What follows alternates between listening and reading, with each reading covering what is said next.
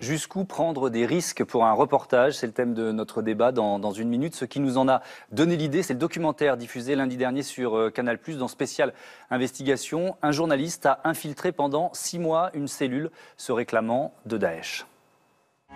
Je suis musulman, de la même génération que les tueurs du Bataclan. Je crois en Dieu, je prie parfois, mais il m'arrive de boire des coups le soir aux terrasses des cafés.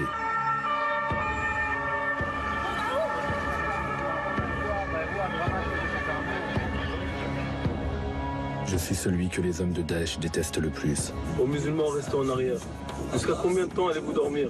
Jusqu'à combien de temps allez-vous dormir? Je suis musulman et journaliste. Pour moi, Daesh, c'est pas seulement des assassins. Je leur en veux d'avoir perverti l'islam tranquille de mon père. Je leur en veux pour les regards méfiants qui me tombent dessus dans le métro.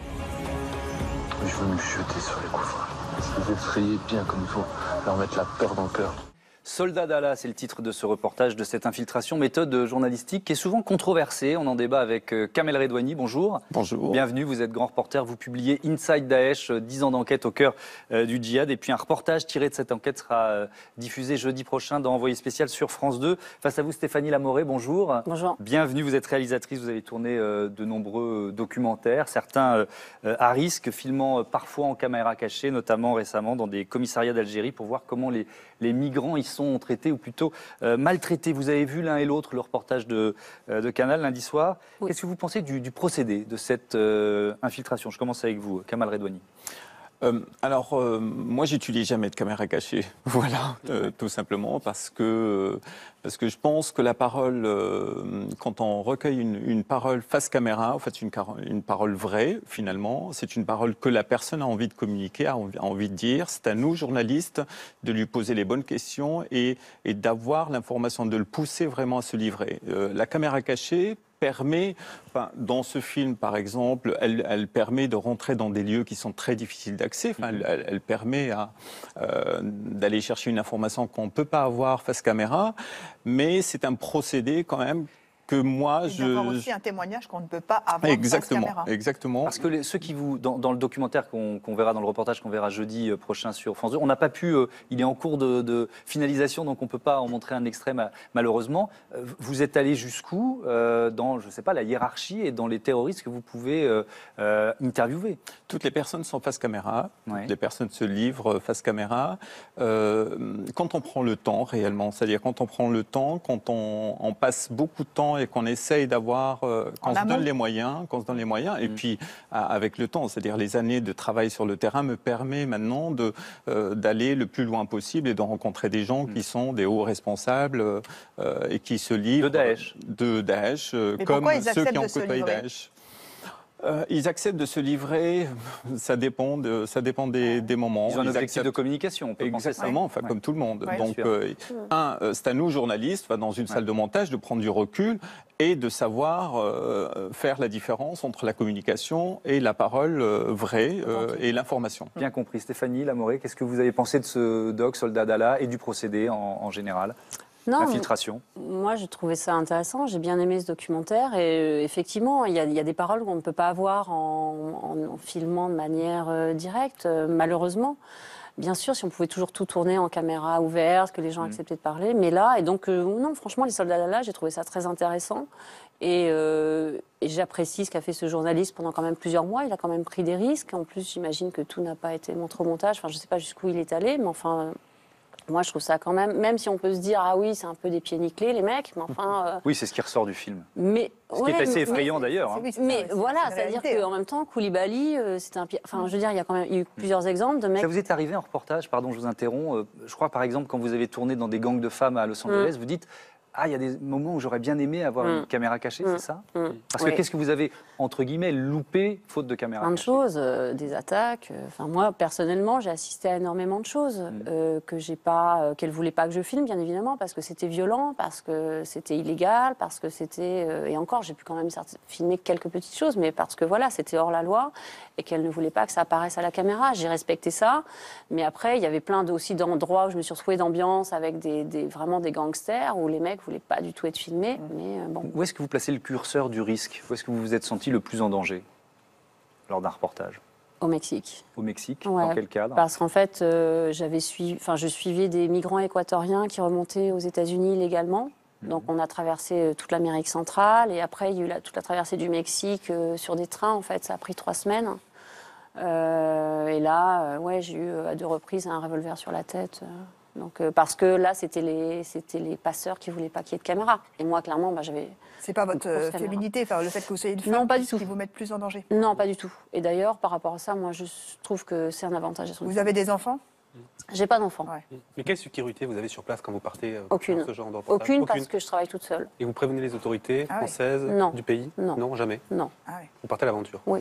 Alors, ça pose une problématique qui est celle, effectivement, de l'impact que peut avoir la présence d'un journaliste français, par exemple, dans un lieu à risque, et notamment quand il s'agit de filmer des organisations terroristes. Vous êtes conscient de ça, évidemment, Kamal Redoni. Vous savez que votre passeport français, il peut peut-être vous protéger, mais aussi vous mettre en danger, parce que vous êtes une cible potentielle. C'est réellement ça, c'est-à-dire il y a des moments on se sent un peu protégé parce qu'on a un passeport français, parce qu'on est français, et puis maintenant, malheureusement, le plus souvent, on est plus en danger parce que... Vous avez une valeur marchande? Eh oui, complètement. À la fois la valeur marchande, et il suffit des fois qu'un politique français dise un discours alors que nous sommes sur le terrain, dise une phrase ou deux qui fait le tour de Facebook, des réseaux sociaux. Vous l'avez vécu, ça? Je l'ai vécu, ça, au Liban, lorsque des députés français sont partis en visite rencontrer Bachar al-Assad. Moi, j'étais au Liban, j'étais en train d'interviewer un djihadiste et il était au courant du voyage et là, je sentais la haine et le discours haineux qu'il me dirigeait parce qu'il y avait des députés français qui étaient à ce moment-là en visite. C'est intéressant parce que vous nous dites je suis en reportage et une visite de députés français peut me mettre en danger, et à l'inverse, il y a, à chaque fois qu'un journaliste français se fait prendre en otage, il va y avoir des voix politiques pour dire ils sont inconscients ces journalistes, il ne fallait pas y aller. Tout à fait. Et on en arrive aujourd'hui à une situation où il n'y a quasiment pas de journalistes français ou d'autres nationalités, en Syrie par exemple. Alors est-ce qu'on abandonne le devoir d'informer pour la sécurité? Qu'est-ce que vous pensez de ce Je pense que nous deux, on n'abandonne pas le devoir d'informer et qu'on va sur le terrain, on travaille à peu près de la même manière parce que je suis indépendant et seul, je pars seul aussi et on n'a pas envie de voir des zones qui ne sont pas couvertes malgré le fait que des politiques nous incitent gentiment de ne pas y aller. André Manoukian, en parlant du doc juste avant l'émission, vous disiez et le syndrome de Stockholm. Oui, c'est-à-dire à un posiez moment donné, quand on se retrouve immergé au milieu de gens, on commence à choper leur manière de penser, puis on commence à se dire, finalement, à partir du moment où on explique leur parcours, on le comprend. C'est une succession de cause à effet, on le comprend, puis on commencerait même... sur la Syrie, il y a quand même, au tout début du conflit, François Hollande veut y aller, on dit tous, on va y aller, et puis Obama, il y va plus, et finalement... Il y a eu un mouvement, et quand j'entendais qu'il y avait des gens qui venaient spontanément, des jeunes musulmans qui allaient pour combattre, je me disais, quelque part, c'était logique. C'était la logique de résistance qu'avait même prôné le gouvernement français. On avait l'impression que c'était les civils qui allaient. Et aujourd'hui, on s'aperçoit que ça a complètement dégénéré, mais à la base, il y a toujours quelque chose d'héroïque. Et c'est peut-être ça dont on souffre aujourd'hui, dont souffre notre jeunesse, une manque de représentation. Sauf que là, c'est des putains de mauvais héros, quoi. Ouais, dans le doc Soldat d'Allah, ce syndrome de Stockholm, on peut se demander si de temps en temps, il n'y a pas un petit peu de ça dans les réactions du journaliste. En tout cas, on va écouter la conclusion de son sujet. Voici comment se termine l'histoire. À la fin, il me demande d'acheter une liste d'ingrédients pour fabriquer une ceinture d'explosifs. Cet homme me demande de mourir et je n'ai toujours pas vu son visage. Mais je ne vais pas pouvoir enquêter plus loin. Dans le groupe, Joseph, l'homme en bleu, est plus méfiant que jamais. Il trouve que je suis passé à travers les mailles du filet trop facilement. Il veut me fouiller à notre prochaine rencontre. Il m'envoie un dernier message. T'es cuit, mec. Mon infiltration s'arrête là. Alors l'infiltration, ça pose aussi la question de ce qu'un journaliste peut dire ou doit dire à la police. Est-ce que vous vous êtes posé la question au cours de votre reportage, long reportage sur Daesh?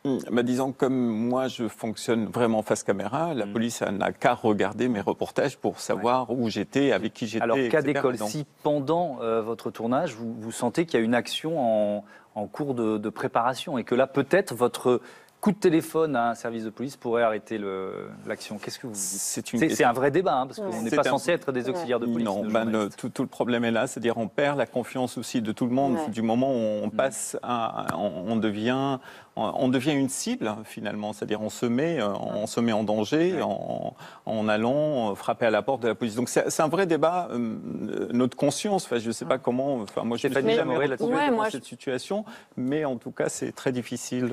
Moi je pense qu'à partir du moment où on choisit un camp entre guillemets, enfin je veux dire, si je reviens sur les femmes gangsters à Los Angeles, je ne vais pas passer des mois avec elles et à un moment appeler les flics. Je ne suis pas une snitch, comme ils disent là-bas. Vous les trahissez, c'est de la trahison. Après, c'est clairement une décision. Vous dire, évaluer le risque, voilà, le danger. Voilà, après, je ne vais pas non plus... ça, c'est pas... J'ai pas eu des cas de conscience, genre, ils vont tuer quelqu'un. Préparation d'attentats, voilà, etc. Voilà. Là, ça serait autre chose. Ouais. C'était bon, effectivement, des attaques, vendre de la drogue. La pédophilie, par exemple, l'équipe des infiltrés s'était posé la question il y a quelques années. C'était avril 2010, reportage sur des réseaux pédophiles. Ils avaient infiltré, c'est le nom de l'émission, ces réseaux. Et le réalisateur, qui était aussi le rédacteur en chef de l'émission, Laurent Richard, avait signalé les pédophiles à la police. Il disait, dans ce cas particulier, je ne peux pas faire autrement. Bien sûr. Il a eu raison. Ah ouais. Vous dites oui, sans hésiter. Moi, je dis oui aussi. Je pense qu'il a eu raison. C'est non-assistance à personne en danger. Oui, là, je pense que tout le monde est unanime. On ne peut pas laisser un pédophile... Et pour les terroristes oui, moi je réponds oui aussi. Oui, mais après, là, par exemple, dans les soldats d'Allah, il n'y a aucun moment... On n'est pas allé jusqu'à... On va commettre un attentat à telle date. Il le sait et il ne communique pas. Enfin, vous voyez... On se rend compte à la fin du doc que la police finalement suit cette cellule depuis plusieurs semaines ou plusieurs mois. Donc, et pour les terroristes, je vous pose la question, puisque vous venez de passer des mois et des mois, je repose la question d'une certaine façon. Moi, je ne dis pas que la réponse est facile. Hein. Non, elle n'est pas facile du tout. Et puis, je travaille à l'international, donc en Syrie, en Irak, enfin ailleurs. Ce n'est pas des attentats qui sont destinés ici. Donc, la question se pose beaucoup moins, enfin, en tout cas sur les terrains où je travaille. C'est vrai qu'en étant en France, en rencontrant des djihadistes en France qui vont commettre des attentats, je me poserai la question. Enfin, c'est une évidence. C'est le cas de tout le monde, je pense. Évidemment. Dernière question sur les regrets. Tiens, est-ce que vous avez déjà eu des regrets après avoir fait un reportage comme ça à risque en infiltration? Roberto Saviano, le journaliste qui a écrit Gomorra, qui avait infiltré la mafia napolitaine, la Camorra, il dit aujourd'hui je ne le referai pas. Et vous, est-ce qu'il y a un reportage que vous avez regretté en vous disant j'ai pris trop de risques? Non, aucun. C'est-à-dire que votre vie n'est pas impactée au point de regretter? Non, pas du tout. Enfin... Elle est impactée, mais pas au point de regretter, parce que je pense qu'encore une fois, on fait les choses en connaissance de cause et qu'on assume ces risques. Kamal Redouani, est-ce que vous êtes menacé par Daesh aujourd'hui? Non, du tout. Mais on ne revient pas indemne. Vous le serez peut-être après la diffusion du... Je ne vous le souhaite pas, évidemment, mais... non, mais il ne faut pas prendre ma question pour ce qu'elle n'est pas, mais c'est une hypothèse que vous êtes forcément... Une question que vous êtes forcément posée. Non, c'est une question que je ne me pose pas, parce que finalement, il n'y a pas de trahison. Le fait de ne pas utiliser une caméra cachée, il n'y a pas de trahison. C'est-à-dire, les mecs m'ont ouvert la porte, j'ai filmé. Ils savaient à quoi s'attendre. Ils savaient à quoi s'attendre. Je suis journaliste, je filme leurs paroles. C'est leurs paroles qu'il y a dans le film. Donc, pourquoi me menacer alors qu'ils m'ont ouvert la porte? C'est là où la caméra cachée peut être dangereuse pour un journaliste en soi. Merci beaucoup. On a hâte de voir votre film et je conseille donc la lecture de ce livre, Inside Daesh, 10 ans d'enquête au cœur du djihad. C'est publié aux éditions Artaud. Il y a votre